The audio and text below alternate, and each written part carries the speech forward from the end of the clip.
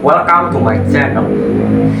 In today's video, I'm going to share about the traditional from my hometown. Let's take a close look together.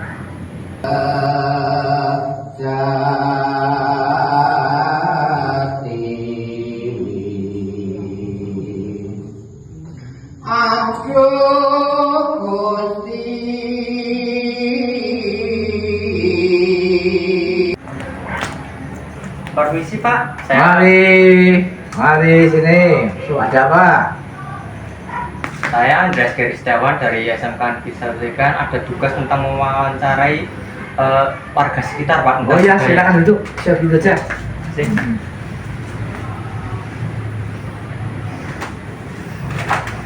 Dengan Bapak siapa? Pak Adi. Pak Adi. Ya. Saya Giri Pak. Ya. Boleh saya bertanya Pak tentang sekitar sini Pak? Boleh. Kalau aku bisa, boleh saya beritahu. Menurut Bapak Adi, apa saja tradisi dan budaya lokal yang ada masih di sekitar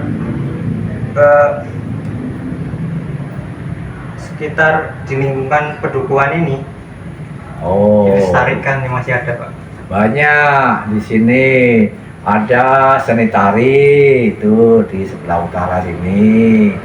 Ada paguyuban Mojopatan. Ya, dan ada jadilan. Nah, itulah kira-kira. Yang lain juga ada, yang lain-lain itu, tapi yang sekarang marak itu ya seni tari dan Mojopatan. Kebetulan Mojopatan saya sendiri yang memimpin Mojopatan. Bapak sendiri yang memimpin Pak? Ya, di tingkat kelurahan, namanya Paguyuban Kidung Sekar Catur. Menurut Bapak Adi, bagaimana sejarah dan filosofi tradisi dan budaya yang lokal di lingkungan kehidupan ini? Apa tempat atau apa yang sekitar atau sejarahnya Pak?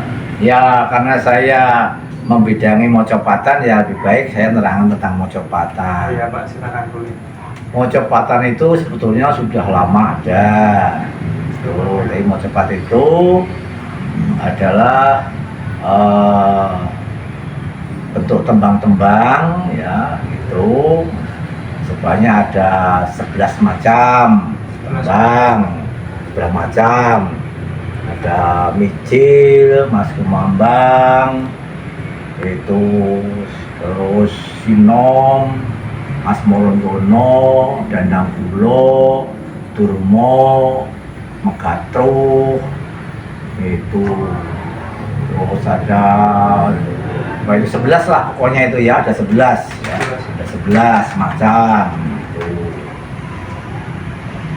Ya, yang isinya Mojopatan itu banyak petuah-petuah juga menceritakan tentang sejarah zaman dulu. Menurut Bapak Adi, apakah ada nilai Pancasila, misalnya gotong royong, toleransi, keadilan, persatuan yang terkandung dalam tradisi tersebut? Jika ya, jelaskan Pak.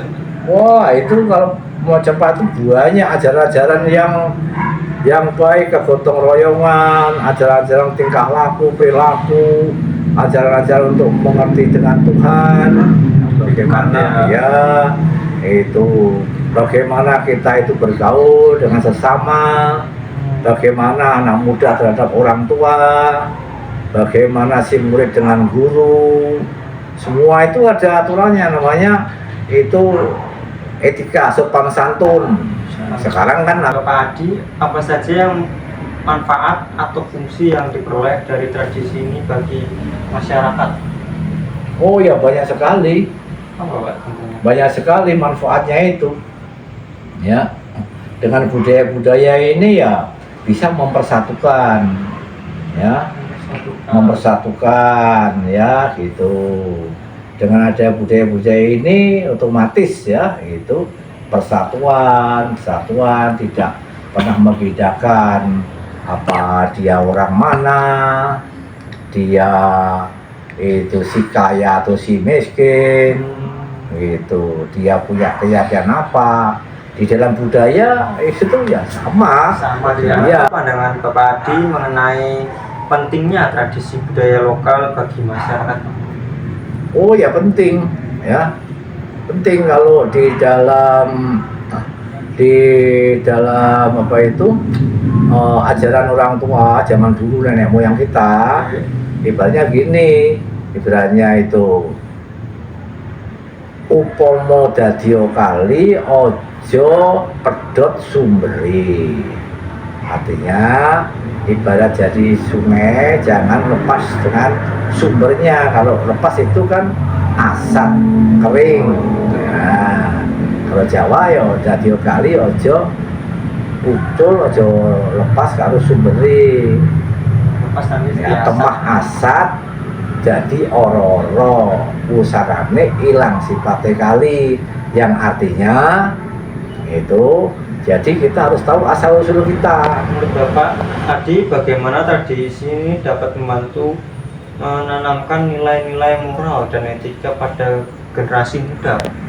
Nah ini loh ya, sayangnya para pemuda-pemudi ini kalau dengan budaya-budaya lokal ini ya kalau saya lihat tuh ya entah kurang tertarik atau mungkin di sekolah-sekolah juga mungkin kurang ditekankan tentang budaya-budaya lokal gitu ya, gitu itu juga, dan mungkin karena pengaruh budaya-budaya luar ya. Dampak yang Bapak Adi rasakan dari upaya pelestarian budaya ini terhadap masyarakat baik dari sisi sosial maupun ekonomi, Pak? Ya inilah ya. Jadi kalau dampaknya di dalam ekonomi itu, ini kalau ekonomi kan sangkut pautnya itu sebetulnya tidak apa itu. Kalau budaya ini kan hanya mengajarkan orang itu harus rajin, tidak boleh patah semangat, itu ada ajarannya. Orang harus tahu siapa yang menciptakan kita, tahu dengan Tuhan.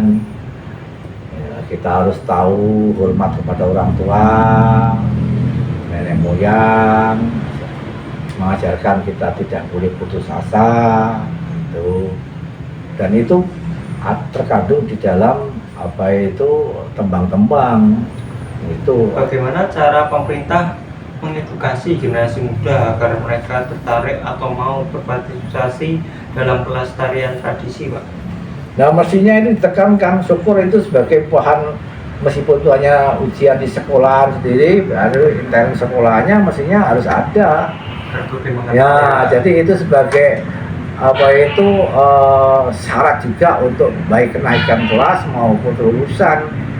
Nah, sepanjang itu tidak ditekankan situ ya disepelekan sama anak-anak itu karena tidak punya nilai plusnya. Menurut Pak Adi, apakah ada perubahan yang terjadi dalam pelaksanaan tradisi ini seiring waktu? Ya, kalau pergeseran itu biasa ya, gitu. Bergeser gitu. Dan ini memang gini ya, jadi budaya-budaya luar itu kan juga butuh berkembang. Budaya-budaya luar ya butuh berkembang. Nah otomatis budaya luar berkembang ya dia dengan cara menekan budaya lokal gitu. Nah ini kan persaingan ya. Cuma kita harus menyadari ya, itu harus menyadari. Menurut Pak Adi, apakah pemerintah desa menyediakan atau program khusus untuk melestarikan tradisi budaya lokal yang ada?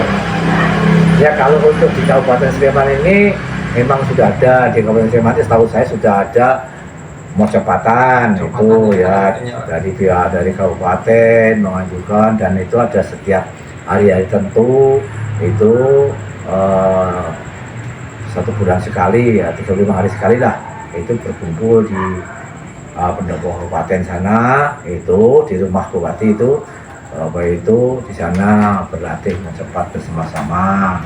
Selain itu di masing-masing kecamatan sudah ada grup-grup Mojopatan itu ya 3 kecamatan. That's all for today's video. Thank you for watching and see you next time.